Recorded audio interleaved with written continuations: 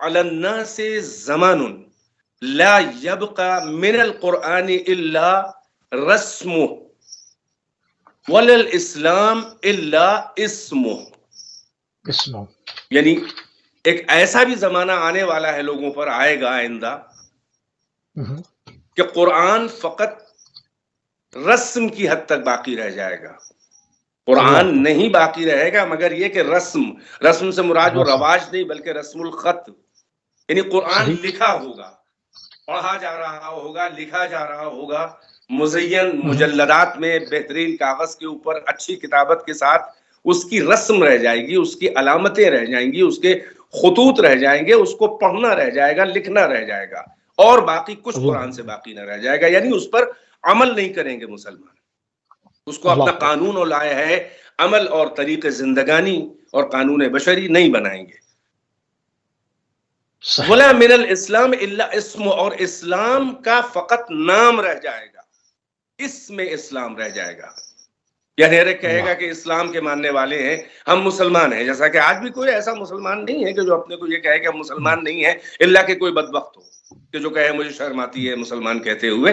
تو اکثریت مسلمان اپنے کو کہتے فقط اسلام باقی رہ جائے گا، ارکان اسلام پہ عمل نہیں ہوگا، احکام اسلام پہ عمل نہیں ہوگا، اسلام کا درس مساوات جو ہے، درس عدل جو ہے، درس انصاف جو ہے، درس مواخات جو ہے، جو اسلام کے مختلف ابعاد ہیں، جو جہتیں ہیں، جو ویلیوز ہیں، ان پر عمل نہیں رہ جائے گا. تو ایک تو یہ حدیث بہت اہم ہے. ایک اور حضرت صلی اللہ علیہ وسلم کی ایک حدیث مجھے یاد آ رہی ہے کہ آپ نے مجمع اصحاب میں فرمایا کہ ایک زمانہ ایسا بھی آئے گا کہ لوگ جو ہیں وہ امر بالمعروف و نہی عن المنکر کرنا چھوڑ دیں گے. اللہ اکبر. اب اس حدیث میں یہ ہے کہ اصحاب میں سب سے قریب سلمان فارسی علیہ السلام آپ کے سامنے موجود تھے. انہوں نے کہا کہ پیغمبر کیا حضرت کیا ایسا بھی کوئی زمانہ آنے والا ہے کہ لوگ امر بالمعروف نہ کریں، یعنی اچھائیوں کا حکم نہ دیں اور برائیوں سے روکیں نہ ایک دوسرے کو؟ یہ تو واجب ہے ہر مسلم، ہر مومن کے اوپر. پیغمبر نے کہا ہاں یہ زمانہ آئے گا اور اس سے بھی خراب آئے گا. اللہ اکبر. ان کا وہ کون سا زمانہ ہوگا یا رسول اللہ؟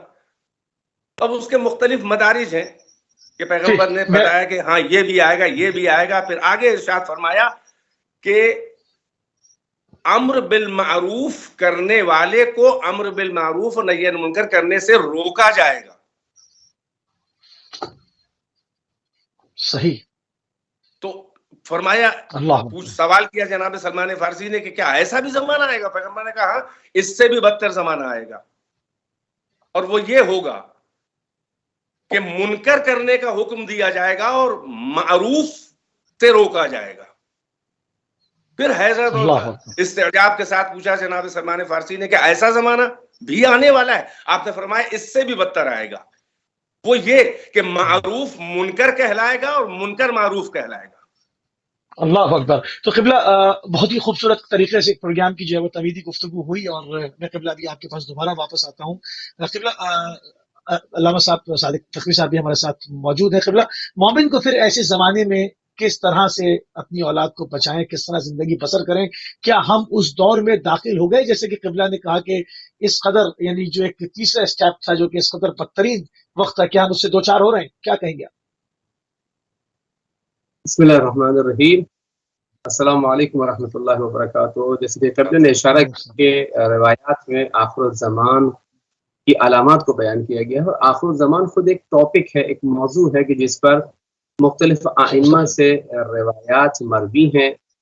اور آپ کے سوال کے جواب سے پہلے خود یہ غیب گوئی جو رسول اللہ اور اہل بیت علیہ السلام نے اپنی زبان عصمت سے ہمارے لیے بیان فرمائی ہے، اس کا کیا مقصد ہے؟ اس کی بہت ہی سادی سی مثال میں عرض کروں گا کہ جتنی بھی آنے والے حالات کا علم اہل بیت علیہ السلام نے اور مکتب اہل بیت نے ہمیں دیا ہے، اس کا کیا مقصد ہے؟ اگر وہ مقصد سمجھ میں آ جائے تو ہمیں در حقیقت اس طرز زندگی کا پتہ مل جائے گا کہ جو آخری زمانے میں مومن کے لیے مخصوص کیا گیا ہے.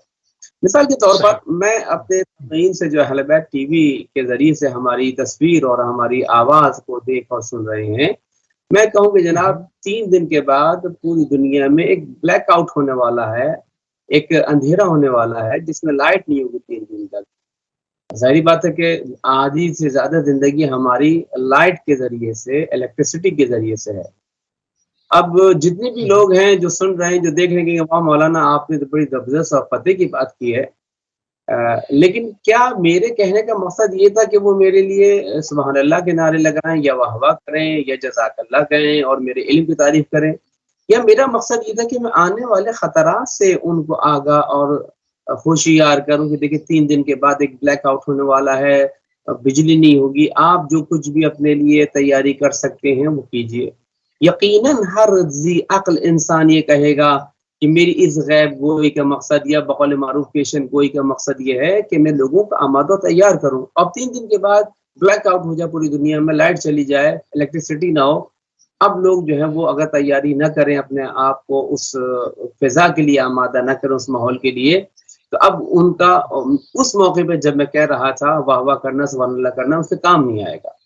بس بالکل ایسے ہی اہل بیت علیہ السلام نے بھی غیب گوئی بیان کی ہے، غیب کی خبریں ہمارے سامنے رکھی، اس لیے کہ یہ عالم وحی سے مربوط ہیں اور ان کا علم رسول اللہ کے علم سے اور رسول اللہ کا علم عالم وحی سے مربوط ہے. بس اہل بیت علیہ السلام در حقیقت یہ چاہتے ہیں کہ ہم آخری زمانے کی علامات جو احادیث میں اپنے شیعوں کے لیے بیان کر رہے ہیں وہ اپنے آپ کو آمادہ کریں. مثال کے طور پر ایک حدیث ملتی ہے کہ یظہر فی آخر الزمان اقتراب الساعة وشر الازمنہ نسوۃ کاشفات عاریات. مثلا کہا کہ ایک ایسا بدترین زمانہ آنے والا ہے کہ جو قرب قیامت کے احوال میں سے ہے اور حضرت عجل اللہ تعالیٰ فرج شریف کے ظہور سے متعلق ہے کہ بدترین زمانہ ہوگا.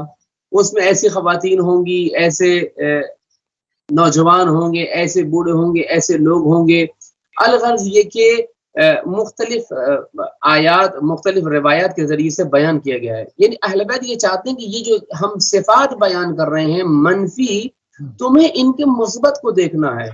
اگر نسوۃ عاریات، اگر خواتین جو ہیں سر کھلے بے پردہ اور برہنہ صورت میں نکل رہی ہیں، تو ایک مؤمنہ عورت کا وظیفہ خود اس روایت میں بیان کیا گیا کہ ایک حقیقی مسلمان عورت، مذہب قرآن اور مذہب اہل بیت کی ماننے والی عورت وہ باحجاب ہوگی.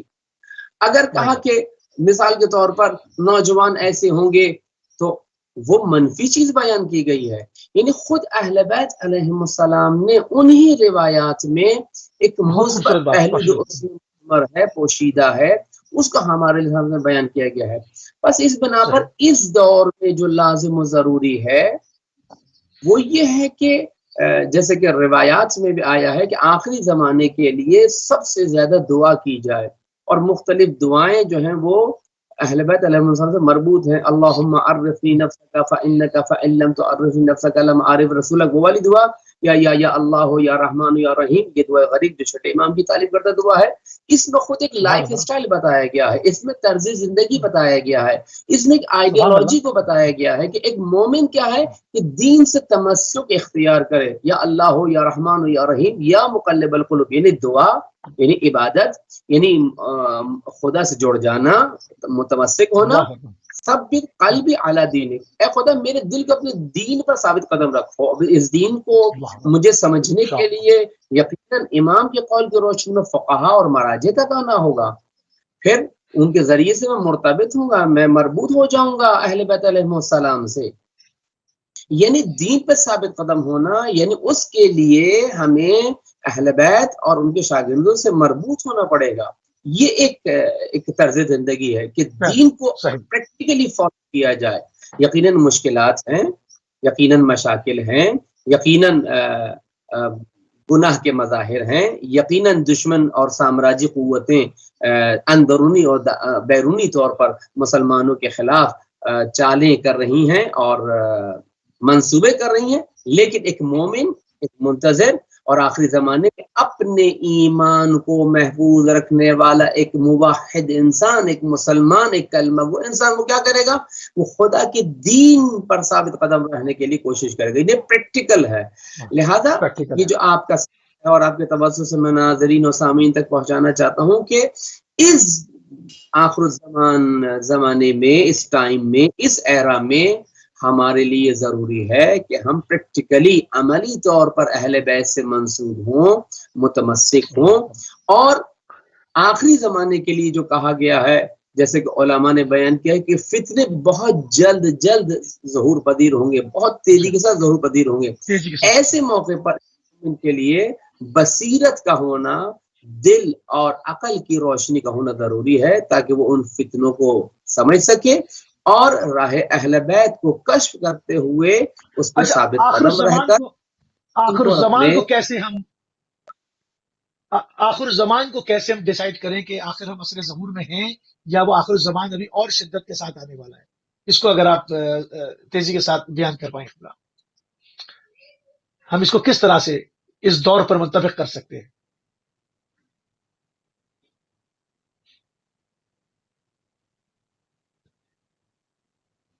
جی قبلہ تقوی صاحب، آواز آ رہی ہے ہماری؟ مجھ سے کہہ رہے ہیں صفائی؟ جی جی جی جی جی علی صفائی جی آپ سے اچھا جی آپ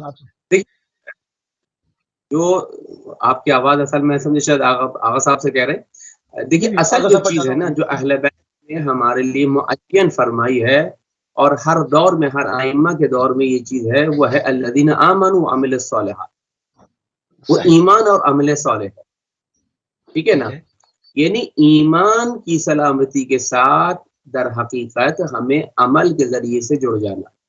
لہذا یہ آخری زمانہ جو سازشوں کا زمانہ ہے، جو حق و باطل کے معرکے کا زمانہ ہے، جس میں باطل کھل کے سامنے آ رہا ہے، اپنی تمام تر رعنائیوں اور جلوہ افروزیوں کے ساتھ در حقیقت اپنے مظاہر گناہ کو دعوت دے رہا ہے، کیونکہ انہیں علم ہے کہ یہ زمانہ در حقیقت امام زمانہ یا امام مہدی علیہ السلام کے ظہور کا زمانہ ہے، اس سے قریب کا زمانہ ہے۔ لہذا اس عالم حکومت سے جنگنے کے لیے دجالی نظام جو ہے وہ افرید اپنے پروں کو پھیلائے ہوا ہے۔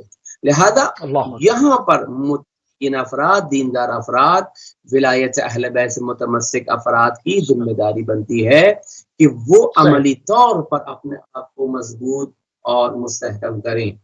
ایک دو، علماء و فقہا سے اپنا رابطہ اور رشتہ مضبوط کریں، جیسے کہ حضرت امام زمانہ نے اپنی توقیع میں فرمائے فَإِنَّهُمْ حُجَّتِي عَلَيْكُمْ، یہ علماء فقہا تم پر حجت ہیں، وَأَنَا حُجَّتُ اللَّهِ، بس اس زمانے میں اگر کوئی حجت ہے، اگر کوئی ہمیں دین سکھاتا ہے اور دین کے ذریعے سے ہم اپنے ایمان کی حفاظت کرتے ہوئے آخری زمانے میں اپنے آپ کو اور اپنے گھر والوں کو، اپنی سوسائٹی کو بچا سکتے ہیں، تو وہاں پر ہمیں فقہا سے جوڑنا ہوگا، نظام ولایت فقیہ سے جوڑنا ہوگا، وہاں پر ہمیں عملی طور پر، اور پھر اس کے ساتھ ساتھ دشمن کو سمجھنے کے لیے میں نے جیسے بھی ابھی عرض کیا کہ بصیرت کی ضرورت ہے، قلب ہماری عقل روشن اور ضمیر زندہ ہو، تاکہ ہم ان کی جو سازشیں ان کو سمجھ سکیں، کیونکہ دجالی نظام کی جو خصوصیت بیان کی ہے وہ دھوکہ دہی ہے، وہ دھوکہ دینا ہے،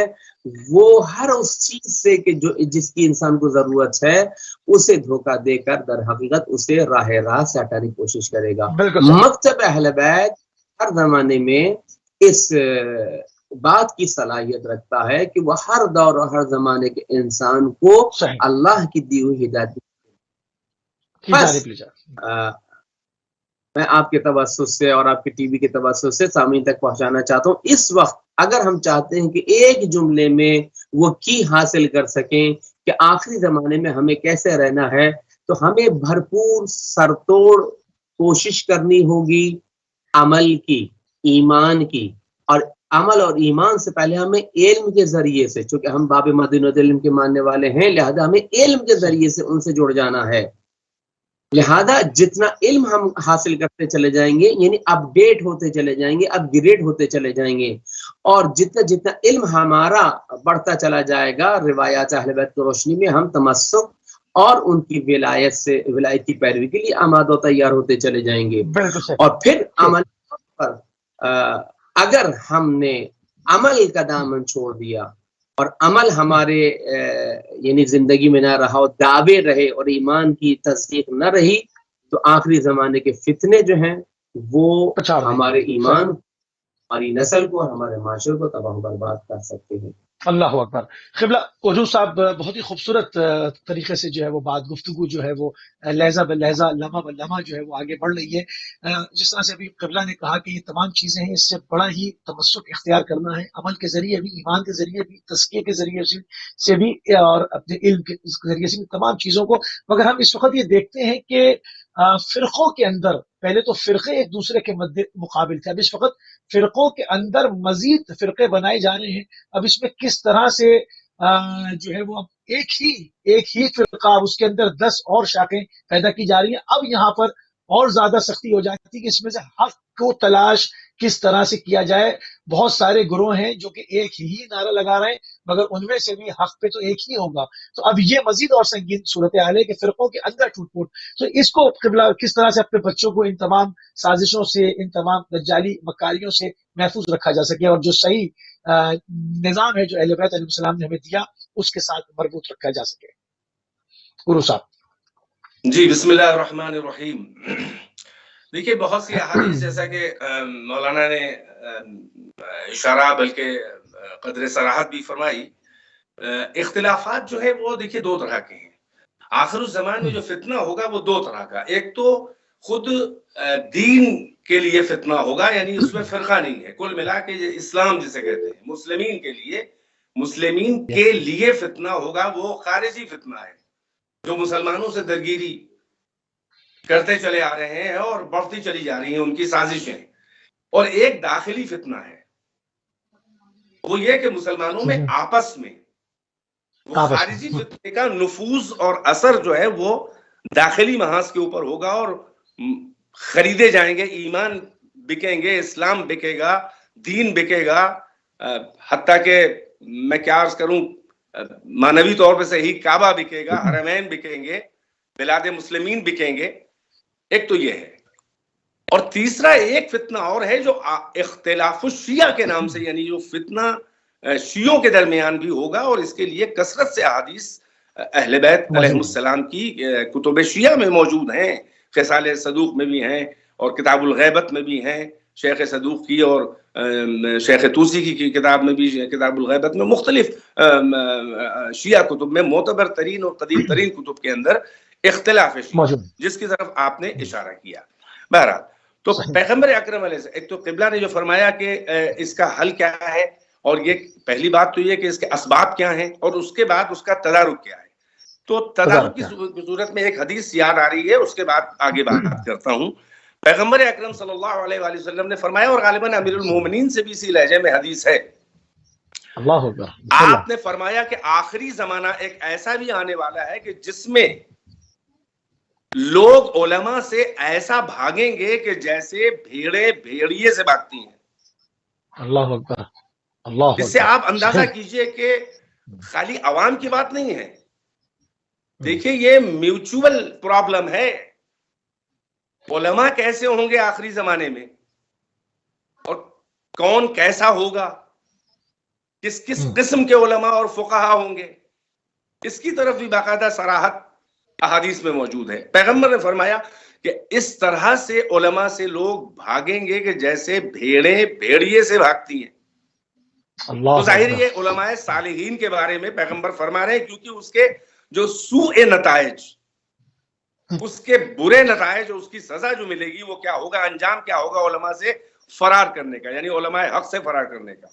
اللہ کہہ رہا ہے ان کو 3 قسم کی سزائیں اللہ دے گا. ایسے عوام، ظاہر مسلمین کی بات ہو رہی ہے، اب اس میں مومنین بھی شامل ہیں.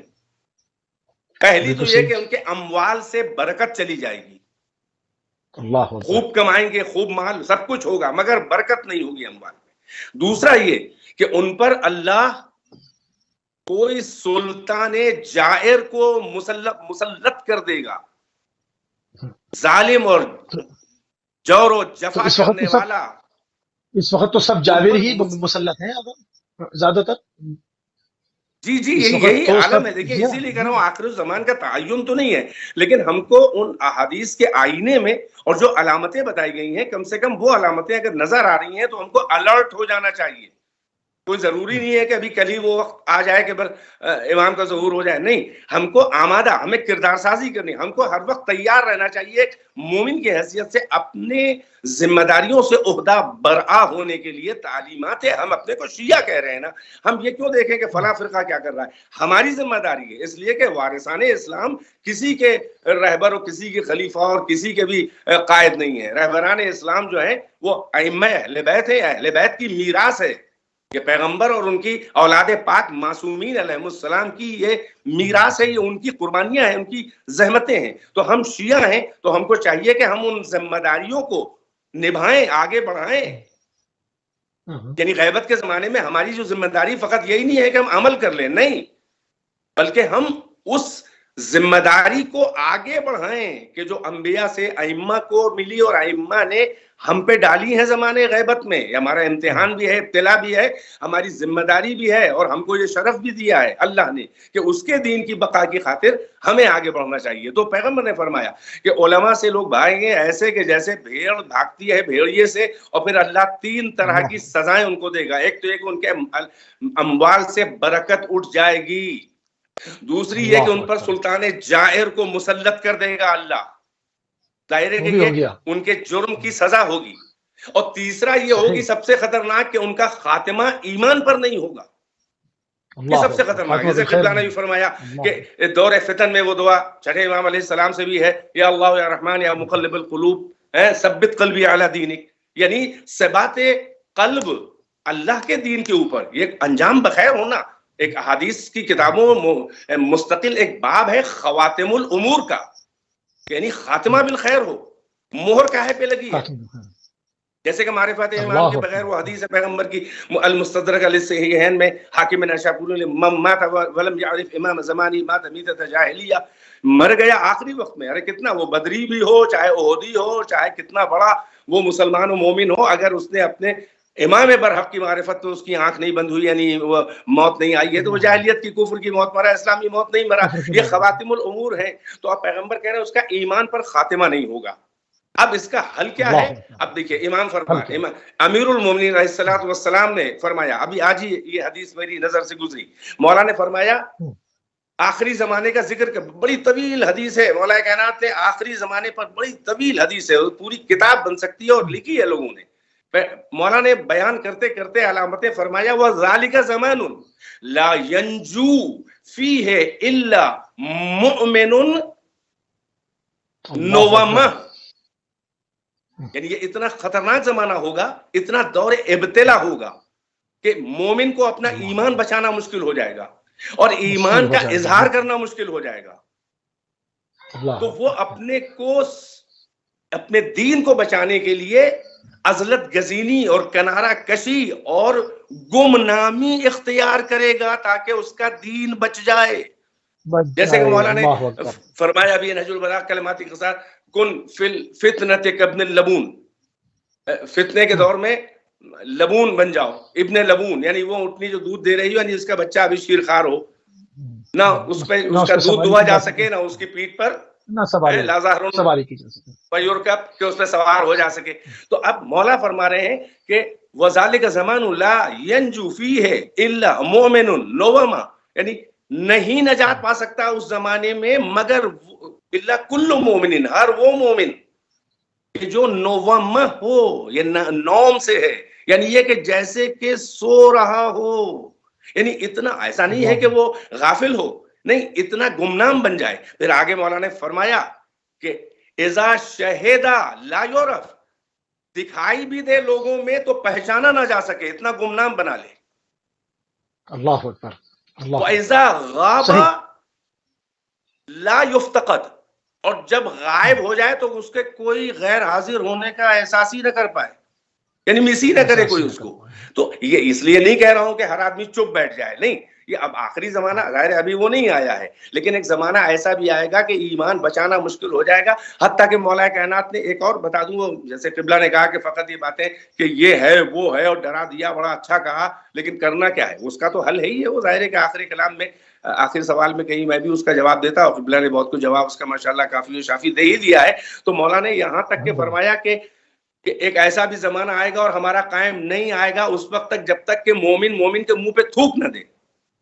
اللہ اکبر، اللہ اکبر، اللہ اکبر ہی ہے علامات اور وحشت ہو رہی ہے اور اللہ کی پناہ مانگتے. یہاں تک فرمایا نشانی سامنے کہ مومن مومن پہ لعنت کرے گا، مومن مومن کی تکفیر کرے گا. وہ جو آپ نے فرمایا کہ شیعوں میں یہ تو یہی وہ دور، دیکھیں یہ علامتیں بتا رہی ہیں کہ شیعہ کی تکفیر کر رہا ہے اور اونچے اونچے ٹائٹل سے کر رہے ہیں لوگ، اور بڑے بڑے عنوانات کو دین کے اساس کو بنیاد بنا کر مومن مومن کی تکفیر کرنا شروع ہو چکا ہے. ابھی تک تو اسلامی فرقوں کے درمیان تھا، لیکن اب جو ہے مومنین کے درمیان ہو گیا ہے. اس کے حل کے طور پہ میں ایک جملہ کہہ کے اس جواب کی زحمت تمام کرتا ہوں. اس میں کیا ہے؟ اس کا حل یہ ہے کہ سب سے پہلے دین سے متمسک ہو جائے، قرآن سے متمسک ہو، قرآن کا فقط رسم نہ رہ جائے، اسلام کا اسم نہ رہ جائے. آیات بینات موجود ہیں، ساتھ میں اطرت اہل بیت، شارح قرآن، مفسر قرآن، قرآن ناطق موجود ہیں، بولتا ہوا قرآن، عملی قانون موجود ہیں، ان سے متمسک رہے. وہی وصیت رسول ہے، اسی وقت سے ہے کہ متمسک ہو جاؤ کتاب اللہ و اطرتی، ان کو چھوڑ کے جا رہا ہوں، کبھی گمراہ نہ ہو گئے اگر دونوں سے متمسک رہو.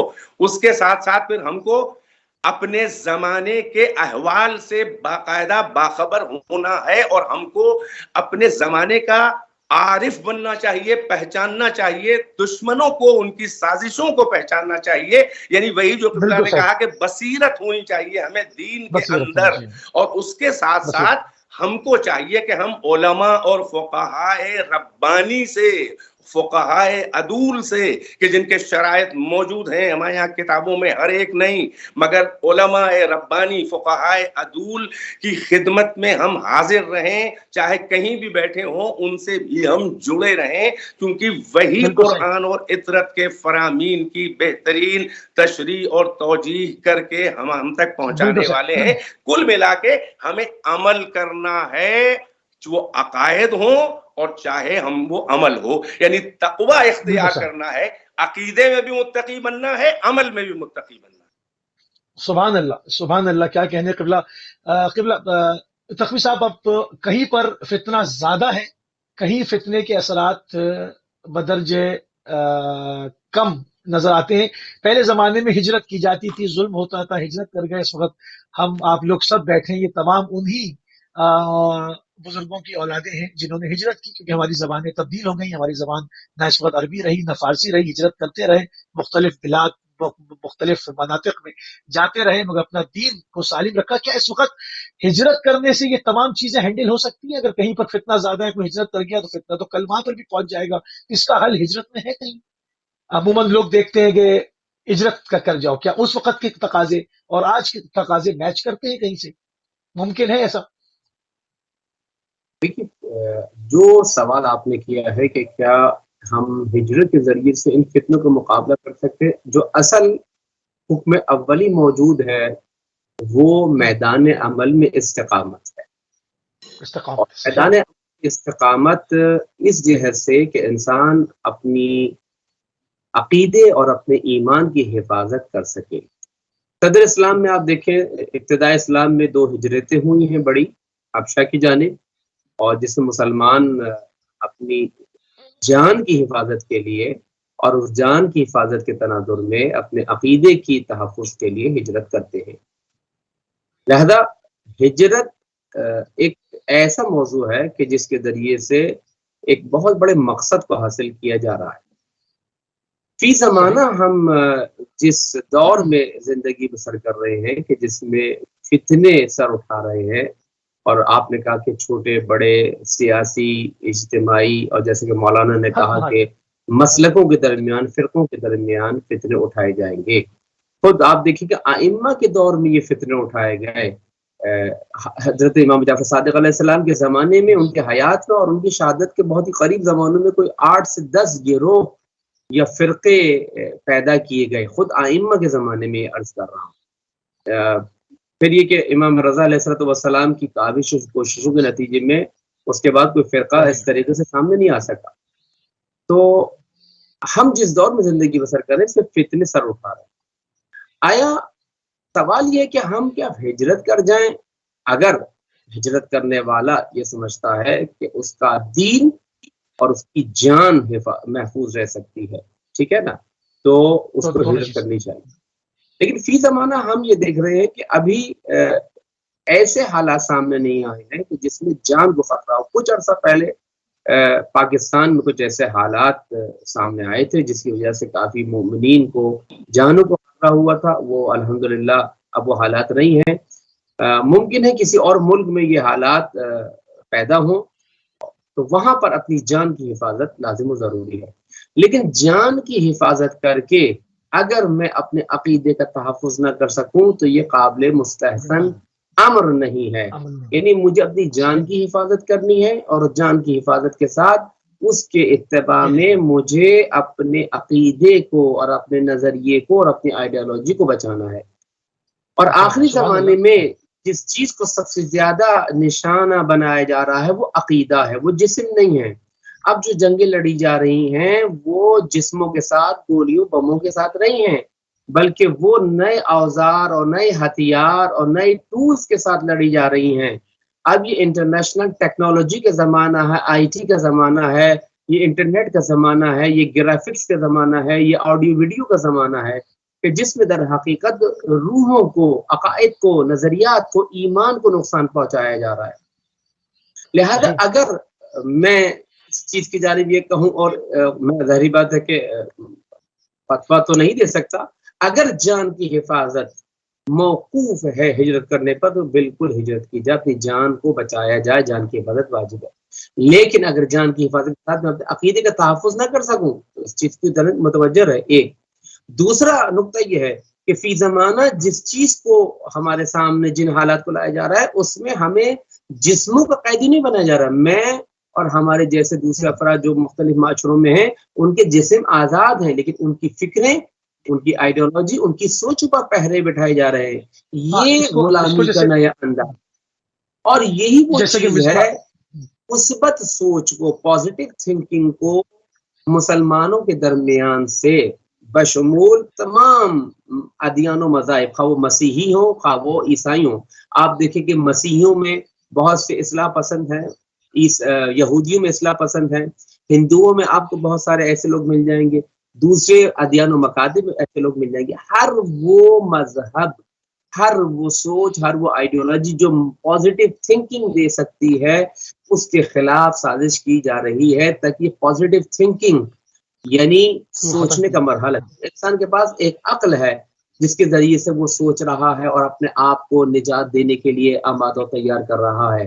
جب انسان کا ذہن ہی کام نہ کرے، جب اس کو الجھا دیا جائے، جب اس کو قید کر دیا جائے، جب مختلف اور اوزار اور ہتھیار کے ذریعے سے اس سے وہ چیز سب کر لی جائے اچھی سوچ اور مثبت عمل کی، تو وہ انسان غلام بن جائے گا، وہ بردہ بن جائے گا، وہ در حقیقت ان کا ایک ایسا کٹ پتلی انسان بن جائے گا جس کو وہ جب وہ چاہیں جیسے چاہیں استعمال کر سکتے ہیں. پس اس بنا پر اس وقت ہمیں جن حالات کا سامنا ہے یہ وہ حالات نہیں ہیں جو صدر اسلام میں پیش آئے تھے. ممکن ہے میری بات سے کسی کو اختلاف ہو، لیکن میں یہ سمجھتا ہوں فی زمانہ ہم جس جنگ کا مقابلہ کر رہے ہیں اور آنے والے وقتوں میں جو جنگ سامنے آ رہی ہے، جس کو علماء و فقہا نے اور حتیٰ کہ روایات نے بھی اپنی تعبیر کے مطابق استعمال کیا ہے، وہ ہے سافٹ وار، وہ ہے نرم جنگ، وہ ہے در حقیقت ایسی جنگ نہ کوئی گولی چلے گی، نہ کوئی خون بہے گا، نہ کسی کو جیل کی سلاخوں میں ڈالا جائے گا، لیکن لوگ مریں گے، لوگوں کے ایمان مریں گے، لوگ قیدی بنیں گے، لوگ غلام بنیں گے. لہٰذا اس دور کی سب سے بڑی جنگ کہ جو امام زمانے سے مربوط ہے اور ان کے آنے سے پہلے اس منفی سوچ کو، اس دجالی نظام کو پھیلانا ہے، وہ یہی ہے کہ سوچنے سمجھنے کی صلاحیت کو لوگوں سے سلب کر لی جائے. جیسے کہ مولانا نے بھی ارشاد فرمایا اور اشارہ کیا، اور میں نے بھی اس سے قبل اشارہ کیا کہ اہل بیت علیہم السلام در حقیقت ہمیں آماد و تیار کر رہے ہیں. آپ روایات اٹھا کے دیکھیں، آپ زیارات اٹھا کے دیکھیں، آپ دعائیں اٹھا کے دیکھیں کہ جن میں ہمیں ایک لائف اسٹائل اپنانے کا کہا گیا ہے، وہ لائف اسٹائل جو قرآنی اور امامی ہو، اثنا عشری امامی لائف اسٹائل ہو، علوی ہو، فاطمی ہو، حسنی ہو، حسینی ہو، وہ لائف اسٹائل کہ جس میں ہم عقیدے کی حفاظت کر سکیں. بس اس بنا پر میں آپ کے سوال کی تکمیل کی طرف آؤں کہ یقیناً ہمیں دیکھنا چاہیے کہ اگر ہماری جان محفوظ ہے تو ہم اپنے عقیدے کی وجہ، اگر جان محفوظ نہیں ہے ہمیں ہجرت کرنی چاہیے ایک ایسے ماحول میں، ایک ایسی فضا میں کہ جہاں پر میں اپنی جان کی حفاظت کے ساتھ میں اپنی جان کی حفاظت کر لوں، میں ایک ایسے ماحول میں پہنچ جاؤں، ایک ایسے ملک میں چلا جاؤں جب میں محفوظ تو ہوں لیکن میرا عقیدہ، میرا ایمان اور آپ کی خدمت میں اذکر میری اولاد، یہ اولاد کیا آنے والی نسل ہے، امانت ہے، میں اس کی حفاظت نہ کر سکوں. یعنی اسی لیے آپ کی مراد دارالحرب سے ہے. دارالحرب آپ کی مراد دارالحرب سے ہے، ایسی جگہ سے بچائے جو دارالحرب ہو، جہاں پر بچوں کا ایمان ختم ہو جائے. تواصوا بالحق یعنی ایک دوسرے کا خیال کرنا ہے، صرف اپنے آپ کو نصیحت نہیں کرنی. وہ انفسکم و اہلیکم نارا، اپنے آپ کو، گھر والوں کو، ایک یونٹ ہے گھر، ٹھیک ہے نا. اسی طرح کہا ہے تواصوا بالحق، تواصوا یعنی ایک دوسرے کو، یعنی ایک مومن دوسرے مومن کی نسبت، ایک مومنہ دوسرے مومن کی، ایک مومنہ کی نسبت، ایک گھرانہ دوسرے گھرانے، ایک خاندان دوسرے خاندان کی نسبت جو ہے تواصوا بالحق، حق بات کی نصیحت کرے، بتائے، سمجھائے پیار و محبت سے. خود یہیں سے خود بخود جو ہے وہ اس میں شاخیں نکلتی چلی جائیں گی کہ ہم یہ کہیں کہ اہل بیت کس طریقے سے چاہ رہے ہیں کہ ہم جو ہے وہ دوسروں کو واضح و نصیحت کریں. یہاں پہ علماء کی ذمہ داری جو ہے وہ سامنے آ جائے گی، اور خصوصاً وہ امام زمانہ علیہ السلام کی دعا اللہم، جس میں آپ نے کہا کہ توفیق الطاعہ و بعد المعصیہ و عرفان الحرمہ، اور تقریباً 15-20 جملے امام زمانہ کے، وہ بہترین لائف اسٹائل ہے. اس پہ میں سمجھتا ہوں کہ علیہ صاحب اس پہ ایک پورا پروگرام ہونا چاہیے کہ امام زمانہ آخری زمانے کے لیے، کیوں اس سے پڑھنے کے لیے نہیں کہ یا وجیہن عند اللہ اشفع لنا عند اللہ، یا مثلا ہم پڑھ دیتے ہیں یا رب یا رب یا رب، یہ دعا پڑھنے کے لیے نہیں ہے، یہ دعا لائف اسٹائل ہے. تمہارا لائف اسٹائل ادبی ہو، اس پہ ایک مستقل آپ کے ساتھ زحمت دوں گا آپ کو، اس پر ایک مستقل اس کے اوپر بات ہونی چاہیے. بہت شکر گزار ہیں. بالکل ہمارے پاس آخری چند لحظات موجود ہیں، چند دقیقے ہیں، بلکہ تقریباً 5-6 منٹ ہیں. عروس صاحب ایک آخری سوال کر کے آپ دونوں حضرات کی زحمتوں کو بھی تمام کرتے ہیں کہ جس طرح سے بھی قبلہ نے کہا کہ پہلے زمانے میں جسم قید ہوتے تھے، اب روحوں کو قید کیا جاتا ہے، اور یہی بینی الفاظ آیت اللہ مصباح یزدی نے اپنی کتاب میں بھی لکھے کہ یہ وہ زمانہ ہے جس میں روحوں کو جو ہے وہ قید کر لی جاتا ہے. اب فرض کرتے ہیں ہجرت کی ایک جگہ بڑی واویلا ہو رہی ہے، بڑا بوال جو ہے وہ اٹھا ہوا ہے، ہم چلے گئے دوسری جگہ، مگر اب یہ سافٹ جو ہے وہ ایک دور ہے، ایک میڈیا کا، سوشل میڈیا کا دور ہے. کیا وہاں جا کر سوشل میڈیا کے پلیٹ فارمز ہماری اولاد یوز نہیں کرے گی؟ کیا وہاں جا کر جو ہے وہ ایک میڈیا سے کنیکٹڈ ہوگی؟ بالکل ہوگی. تو ہم کس طرح سے، کون سا زمین کا خطہ ایسا ہوگا جہاں پر ہم ان تمام چیزوں سے، اس کے جو منفی اثرات ہیں ان سے اپنی اولاد کو بچا سکیں؟ اس کا طریقہ کیا ہے کہ روحیں جو ہیں وہ ہماری قید نہ ہو سکیں، روحوں کو بیماری نہ لگ سکے، اور اس کا بھی تدارک ہوتا رہے. جی، بسم اللہ الرحمن الرحیم. دیکھیے، مفہوم ہجرت جو ہے وہ، اس کو ظاہر ہے کہ قبلہ کے نے جو فرمایا وہ تو مسلمات میں سے ہے کہ جان کا خطرہ ہو تو تقیہ اس کی اجازت ہے کہ آپ اپنے دین کو چھپائیں، مذہب کو چھپائیں، اور اگر ظاہر ہے کہ وہ بھی کام نہ آ رہا ہو اور جان کا خطرہ ہو تو پھر ہجرت اس پر واجب ہے، اور پھر ایسی جگہ جائے کہ جہاں پر کم سے کم اس کے دین کو خطرہ نہ ہو، جان تو بچ جائے، دین نہ برباد ہو. حتیٰ کہ جان جہاں محفوظ ہے، اکثر ویسٹرن کنٹریز میں آپ دیکھ لیں، اگر کوئی ادھر کا بر صغیر اور ادھر کے بھی گئے ہوئے یا ایشیا کے گئے ہوئے لوگ ہیں، اور اگر ان کے پاس نیشنلٹی ہے، ان کے پاس ریڈ پاسپورٹ ہے، تو ان کو حقوق بھی مل رہے ہیں، سب کچھ ہے، اور وہاں پر ظاہر ہے کہ ان کے اپنے داخلی جو قوانین ہیں وہ سیفٹی دیتے ہیں کسی حد تک، تھوڑی سختیاں صحیح کہیں کہیں، لیکن جان محفوظ ہے. البتہ دین کا خطرہ ہے اور اگلی نسلوں کے لیے ہے خطرہ. تو اگر پہلے سے کوئی وہاں رہ رہا ہے تو آپ فقہا کے فتاوی اٹھا کے دیکھیں، اور حدیث کی روشنی میں ہے کہ دین اگر محفوظ نہیں ہے تو ہجرت واجب ہے. یعنی اگر کر سکتا ہے اس طرح سے دین کو بچا سکتا ہے، اپنے اپنے بچوں کے دین کو، تو رہے.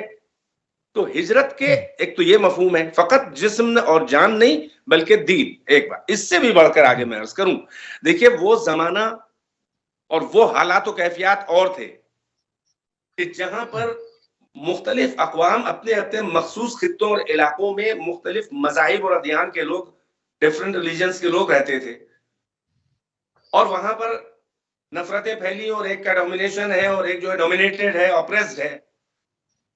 تو وہ کسی اور جگہ جاتا تھا کہ جہاں پر وہ اتنا زیادہ تعصب نہ ہو، اتنا جانتے ہی نہ ہو لوگ کہ کیا ہے بھائی یہ معاملہ، اتنے ریلیجس ہی نہ ہو. جب ریلیجس نہیں ہوں گے تو اتنے زیادہ جو ہے وہ ڈسکریمنیشن نہیں کریں گے، نفرت نہیں ہوگی.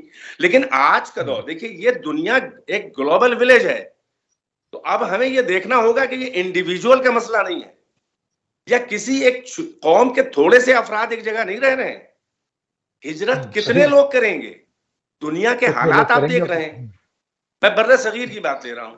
پاکستان میں اہل حق یعنی یہ کہ مسلک اہل بیت والے ہوں، یا ہندوستان میں ایز اے ہول مسلمین ہوں، شیعہ سنی سب ملا کے، بھائی کتنے لوگ ہجرت کریں گے؟ 25 کروڑ لوگ ہجرت کریں گے. کتنے ملکوں کی آبادی نہیں ہے 25 کروڑ؟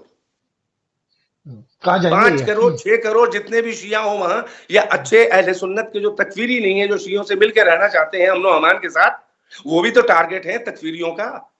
میرا کہنا یہ ہے کہ یہاں پر بھی ہارڈ لائزر وہاں بھی اور مختلف ملکوں میں ہیں. عراق کے لوگ ہیں، محفوظ نہیں ہیں. پرائم منسٹر محفوظ نہیں ہے، بچ گیا بال موجود نہیں. مختلف ہے، سیریا ہو، کہیں بھی ہو، آپ دیکھیں یمن ہو. ہجرت اس دور میں ہجرت حل نہیں ہے. میں دیکھیں وہ اس کے شرائط ہیں، وہ مخصوص ہو، ایک فیملی ہو، ایک گھر ہو، وہ سب الگ بات ہے. لیکن جو میں عرض کرنا چاہ رہا تھا، ہجرت اس وقت نہیں، اس وقت ہجرت کے بھی آگے مقاومت. سب سے پہلے وحدت ہمارا فرض ایمانی، فرض قرآنی ہے مسلمانوں کا.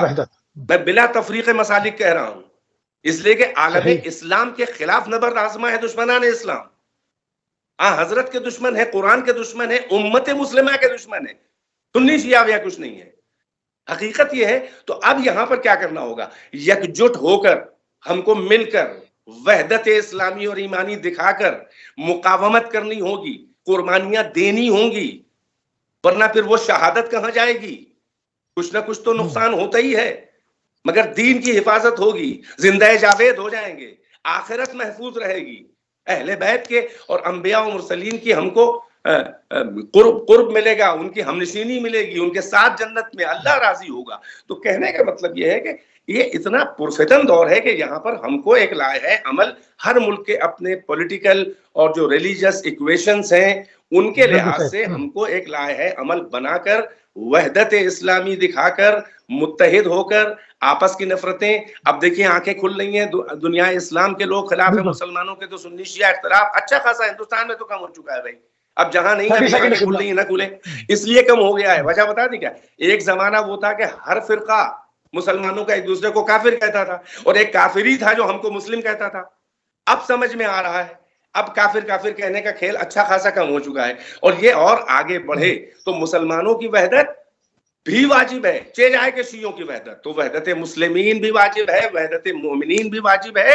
اور پھر کوئی بھی، ایک جملہ کہوں گا بات تمام کر دوں گا، کہ یہ جوان کیسے سمجھیں کہ کون حق پہ ہے کون باطل، اور داخلی فتنے بھی نئے بھانت کے باتیں اور نظریات. تو یاد رہے ہمارے پاس اصول ہیں، مسلمات ہیں، عقائد کے مسلمات ہیں. ہم کو اسی پیمانے پر احادیث پیغمبر سے مستنبت، احادیث ائمہ سے مستنبت جو 1000 سال پہلے کے علماء جو عقائد لکھ گئے ہیں، ہمیں اس کے علاوہ کوئی اضافہ نہیں چاہیے. اور ہم کو یہ نظر رکھنی ہوگی، ہر عالم نہیں، عالم عادل ہو، فقیہ عادل ہو، اور اجنبی نظریات. یاد رہے کسی کی مخالفت یا کسی کی موافقت میں جو حد سے بڑھ جائے، نفرت کی حد تک تشدد دکھائے، اور بس ہم ہی صحیح ہیں، جو ہمارے اجنبی نظریے کو بھی جو قبول نہ کریں، وہ ملت سے خارج ہے، وہ تشیع سے خارج ہے، وہ اسلام سے خارج ہے.